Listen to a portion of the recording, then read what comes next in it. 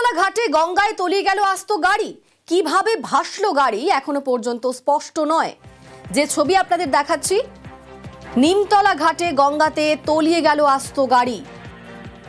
তবে কিভাবে একটা আস্ত গাড়ি সেই ঘাটে চলে গেল, তলিয়ে গেল, সেই বিষয়টা কিন্তু এখনো পর্যন্ত স্পষ্ট নয়। এই মুহূর্তে আমাদের সঙ্গে সরাসরি রয়েছেন প্রতিনিধি সুস্মিতা। সুস্মিতা, নিমতলা ঘাট, সেখানে তো ব্যারিকেড থাকে, সেই ব্যারিকেড টপকে গঙ্গাতে কি করে চলে গেল গাড়ি?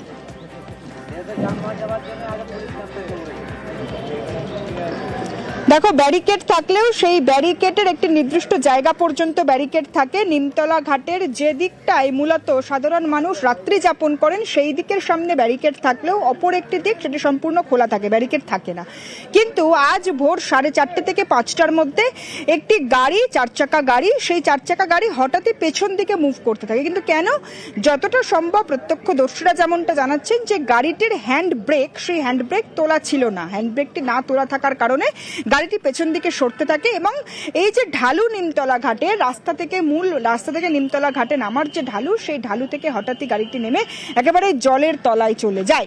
এবং গাড়ির মধ্যে কি কেউ ছিল এখনো পর্যন্ত? কি গাড়িটা কি উদ্ধার করা সম্ভব হয়েছে এখনো? দেখো, গাড়িটি সম্পূর্ণরূপে জলের তলায় রয়েছে। যেহেতু এখন জোয়ার, সুতরাং পুলিশের পক্ষেও এই মুহূর্তে সম্ভব নয় গাড়িটিকে উদ্ধার করা। দড়ি দিয়ে গাড়িটিকে এই মুহূর্তে বেঁধে রাখা হয়েছে। গাড়ির ভিতরে কেউ ছিলেন না, যেমনটা প্রত্যক্ষদর্শীরা জানাচ্ছেন। পুলিশ আধিকারিকেরাও একই কথা বলছেন। যেহেতু গাড়িটিকে এখানে দাঁড় করিয়ে গাড়িতে যে দুজন সওয়ারি ছিলেন তারা পুজো দিতে গিয়েছিলেন, সুতরাং গাড়িতে কেউ ছিল না। ফাঁকা গাড়িটি পেছনের দিকে মুভ করে, ফাঁকা গাড়িটি পেছনের দিকে নামতে থাকে এবং তারপরে গাড়িটি জলের তলায় তলিয়ে যায়। যে দুজন গাড়িতে ছিলেন মূলত তাদেরকে ইতিমধ্যেই পুলিশ থানায় নিয়ে গিয়েছেন। পুলিশ আধিকারিকরা যেমন বলছেন, 3টের পর ভাটা আর এলে তখনই গাড়িটিকে উদ্ধার করা সম্ভব হবে এই নিমতলা ঘাট থেকে। এবং ইতিমধ্যে একটি দড়ির সাহায্যে গাড়িটিকে বেঁধে রাখা হয়েছে এবং জোয়ার থাকার কারণে, জলস্তর অনেকখানি উঁচু থাকার কারণে গাড়িটিকে এই মুহূর্তে গঙ্গা থেকে উদ্ধার করা পুলিশের পক্ষে সম্ভব হচ্ছে না বলেই পুলিশ আধিকারিকদের তরফ থেকে জানানো হচ্ছে। গাড়ির ভিতরে কেউ ছিলেন না এখনো পর্যন্ত, পুলিশ সূত্রেই এমনটা খবর এবং প্রত্যক্ষদর্শীরাও তেমনটাই জানাচ্ছেন। হ্যান্ড ব্রেক লক না থাকার কারণে মূলত গাড়িটি পেছন দিকে এগোতে থাকে। পেছন দিকে এগিয়ে যাওয়ার কারণে পরবর্তী সময়ে গাড়িটি গঙ্গায় পড়ে যায় এবং ইতিমধ্যে গঙ্গার ঘাটে যারা সেই সময় ভোরবেলা শুয়েছিলেন তাদের মধ্যে একেবারে তারাও কিন্তু এই কথাই বলছেন। ধন্যবাদ সুস্মিতা। আমি তো ঘুমিয়েছিলাম, তারপর শুয়েছিলাম, তারপরে গাড়ি ওই দিক দিয়ে চলে গেছে। দেখতে পেলেন না? না। আটকানোর চেষ্টা করলেন না গাড়ি? ওই তো আবার দুজন তো গাড়ি তুললো, তারা দুজনে তো ঢুকে গেছিল, শুয়েছিল, তারাও শুয়েছিল। আচ্ছা, কখন হলো? ওই তো ভোর 4টের সময় নাকি। ডাক্তার কি বললো আপনাকে? বললো তোমাকে ভর্তি হতে হবে। আমি মনে আমার ছোট ছোট বাচ্চা আছে, আমি ভর্তি হলাম। এখানে দাঁড়িয়েই ছিল? গাড়ি চলে যাচ্ছিল, গাড়ির সব তুললো। গাড়ির ভিতরে লোক ছিল কিনা দেখেছিলেন? না, লোক আমি দেখিনি। আমি এখানে কাঁদছি, ছটফট করছি, আমি লোক দেখবো? বিপর্যস্ত উত্তরবঙ্গে মুখ্যমন্ত্রী খতিয়ে দেখছেন পুনর্বাসনের কাজ। রিভিউ বৈঠকে একগুচ্ছ নির্দেশ দিলেন, সুর চড়ালেন কেন্দ্রীয় বঞ্চনার অভিযোগে।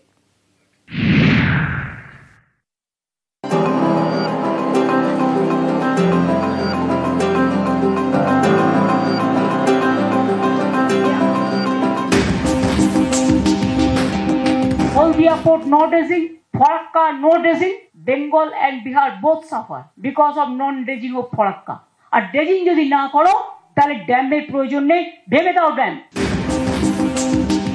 বিপর্যস্ত উত্তরের সফরে মুখ্যমন্ত্রী মমতা বন্দ্যোপাধ্যায়। ক্ষতিগ্রস্ত বাসিন্দাদের পুনর্বাসনের কাজ কেমন চলছে খতিয়ে দেখছেন তিনি। বুধবার দার্জিলিংয়ের লালকুঠিতে রিভিউ বৈঠক করেন, একগুচ্ছ নির্দেশ দেন প্রশাসনকে। একই সঙ্গে সুর চড়ান কেন্দ্রের বিরুদ্ধে। Bengal is a low area. All water comes from northern India. Then DBC no dredging, 20 years. Central government dam, Panchet.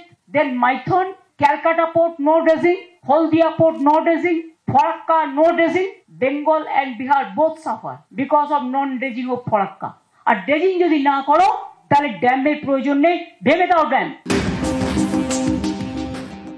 এক তো ভুটানের জল কমাতে হবে, আমাদের সব ভেঙে গেছে, ওদেরও আমাদের হেল্প করতে হবে। 2 হচ্ছে আমাদের বেঙ্গলের মেম্বার রাখতে হবে। 3 হচ্ছে ওদের বাদের জল যাতে আমাদের এখানে ঢুকে নর্থ বেঙ্গলকে ডোবাতে না পারে, তার জন্য একটা ওয়ে আউট বের করতে হবে। এদিন সকালে রিচমন্ড হিল থেকে হেঁটেই লালকুঠি যান মমতা বন্দ্যোপাধ্যায়। পথে স্থানীয়দের সঙ্গে কথা বলেন, তাদের সমস্যার কথা শোনেন। লালকুঠিতে রিভিউ বৈঠক করার পর হেঁটেই পাহাড়ে জনসংযোগে বেরোন মুখ্যমন্ত্রী। নিউজ 18 বাংলা। বিপর্যস্ত উত্তরবঙ্গ, ক্ষতিগ্রস্ত 70,000 বাসিন্দা। বিপর্যয় মোকাবিলায় বিশেষ ত্রাণ তহবিল তৈরি করল রাজ্য সরকার। পাহাড়ে মুখ্যমন্ত্রীর মুখে কেন্দ্রীয় বঞ্চনার অভিযোগ।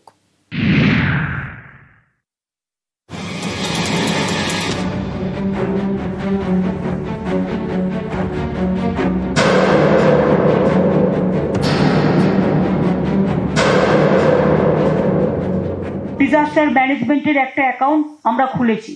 কাউকে চাইতে হবে না, আমরা ভিক্ষা চাই না কারো কাছে। উইলিংলি যদি কেউ দিতে চায়, ক্যাশে দেওয়ার দরকার নেই, ফান্ডে দিয়ে দিচ্ছে কে। বিপর্যস্ত উত্তরবঙ্গ, প্রশাসনের তথ্য অনুযায়ী পাহাড়ে প্রায় 700 জায়গায় ধস নেমেছে। ঘরবাড়ি হারিয়ে ত্রাণ শিবিরে আশ্রয় নিয়েছেন বহু। ক্ষতিগ্রস্তের সংখ্যা কয়েক হাজার। বিধ্বস্ত ডুয়ার্সও। তৎপরতার সঙ্গে চলছে পুনর্নির্মাণের কাজ। এই পরিস্থিতিতে বিপর্যয় মোকাবিলায় নতুন ত্রাণ তহবিল গড়ল রাজ্য সরকার। ডিজাস্টার ম্যানেজমেন্টের একটা অ্যাকাউন্ট আমরা খুলেছি। কাউকে চাইতে হবে না, আমরা ভিক্ষা চাই না কারো কাছে। উইলিংলি যদি কেউ দিতে চায়, ক্যাশে দেওয়ার দরকার নেই, ফান্ডে দিয়ে দিচ্ছে কে। আমাদের মিনিস্টাররা সকলেই 1 লক্ষ টাকা করে ডিজাস্টার ফান্ডে দিতে চেয়েছেন। আমি নিজেও আমার যদিও খুব অল্প আছে, তার থেকে আমিও 5 লাখ টাকা এই ডিজাস্টার ফান্ডে দিব। অ্যাকাউন্টের নাম হচ্ছে West Bengal state disaster management authority. অ্যাকাউন্টটা খোলা হয়েছে ICICI bank limited. Account number হচ্ছে 628041041066। IFC কোড হচ্ছে ICICI 0006280। কয়েক হাজার বাড়ি ক্ষতিগ্রস্ত হয়েছে। বাংলার বাড়ির টাকা দিয়েছে, সেন্ট্রাল গভর্নমেন্ট 5 বছর ধরে টাকা বন্ধ করে দিয়েছে। এই যে বাড়িগুলো ভেঙে গেছে, এই বাড়িগুলোকেও এর মধ্যে ধরে নিতে হবে এই টাকাটা ডিজাস্টার থেকে আসবে। 5 বছর ধরে 100 দিনের টাকা পাই না, গ্রামীণ রাস্তার টাকা পাই না, জলের স্বপ্নের টাকাও বন্ধ। তা সত্ত্বেও সামলে তো যাচ্ছি। দার্জিলিং জেলায় 9টি ব্লক, 4টি পৌরসভা, প্রায় 70,000 মানুষ ক্ষতিগ্রস্ত হয়েছে।